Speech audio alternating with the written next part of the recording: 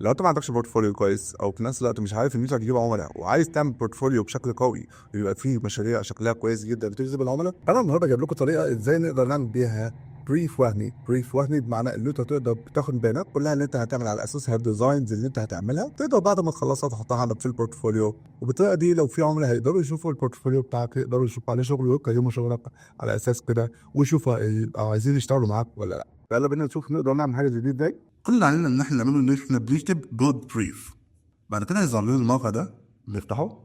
ده شكل الموقع من جوه. التقسيمه بتاعته بتبقى كالتالي: ان احنا النوع اللي احنا عايزين نعمله بيبقى حاجه زي اللوجو او براند ايدنتيتي، لو حاجه زي رسمه باكجينج وهكذا. في الدروب داون ده احنا ممكن نختار من اللي احنا عايزينه. وبعد كده الاندستري نفسها اللي احنا عايزين نعملها لها علاقه بايه، تكنولوجي او الفود او الريل استيت او هكذا. في الدروب داون ده احنا بنختار من اللي احنا عايزينه. فاحنا مثلا قلنا ان احنا عايزين نعمل لوجو مثلا لشركه بتاعت اكل، فبنختار الفود هنا. وبعد كده بعد ما خلصنا بنقوم جايين هنا على generate.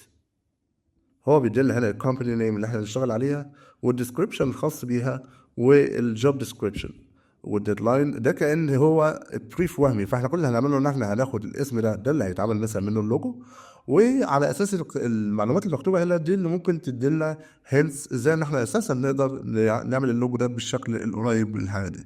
بعد ما نخلصه ساعتها ممكن ان احنا نطلعه على البورتفوليو بكل سهوله. وبس كده، الطريقه سهله وبسيطه. كل اللي عليكم ان انتوا بقى تجتهدوا بنفسكم عشان تقدروا تطلعوا ان شاء الله شغل جميل جدا من البريس الوهميه اللي احنا هنعملها. لو عجبكم المحتوى اللي بعمله ده ما تنسوش تعملوا لايك وشير وسبسكرايب. وبس كده.